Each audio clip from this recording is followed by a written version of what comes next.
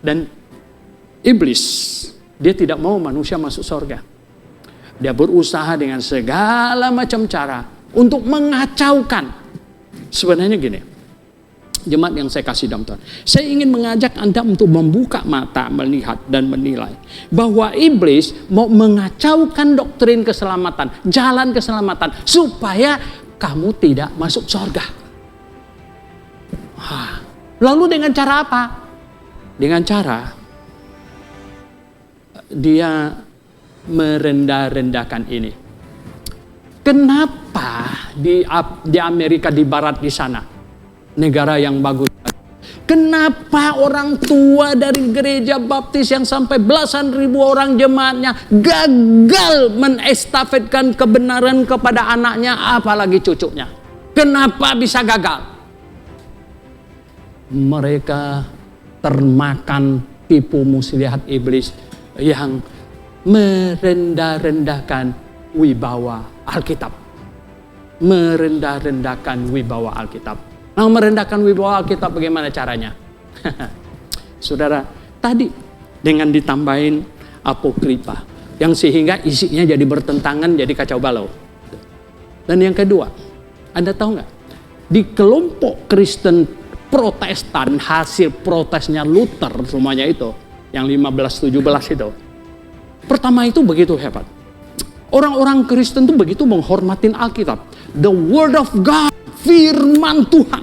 Firman Tuhan. Dibaca. Orang tua membawa anaknya baca Alkitab. Baca Alkitab. Dengan begitu hormatnya kepada ayat-ayat Alkitab.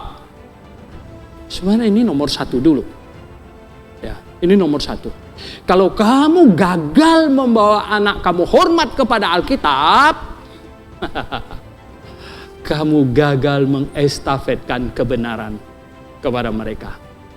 Karena jikalau anak kamu tidak hormat kepada ayat-ayat Alkitab, dia tidak takut kepada ancaman-ancaman di dalam ayat-ayat Alkitab, dia tidak lagi merindukan, menghormati dan sangat-sangat menginginkan janji-janji rohani yang disampaikan di dalam Alkitab. Dia anggap angin lalu. Maka dia tidak peduli perkara rohani.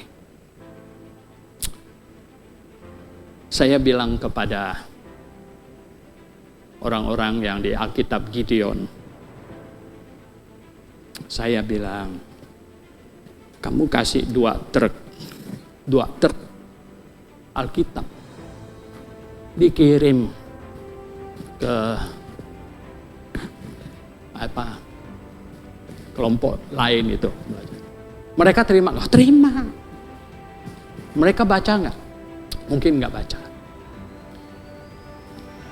Alkitab Gideon itu di masa yang lalu dia itu begitu baik, begitu bermanfaat. Kenapa?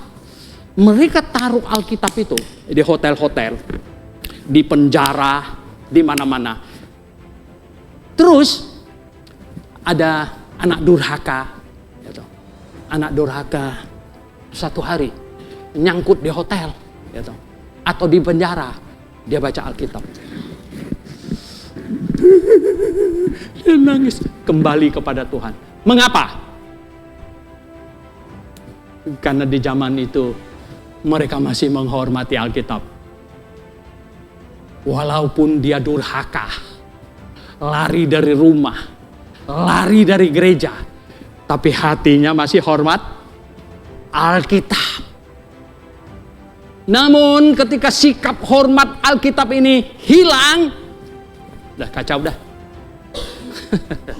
Kamu taruh Alkitab di hotel, taruh Alkitab di penjara, taruh Alkitab di mana-mana, bantalnya kurang tinggi. Nggak ada guna lagi. Nah, saudara yang saya kasih dalam Tuhan, oleh sebab itu, iblis dengan segala cara tipu daya merendahkan, membuat otoritas, membuat nilai Alkitab diturunkan.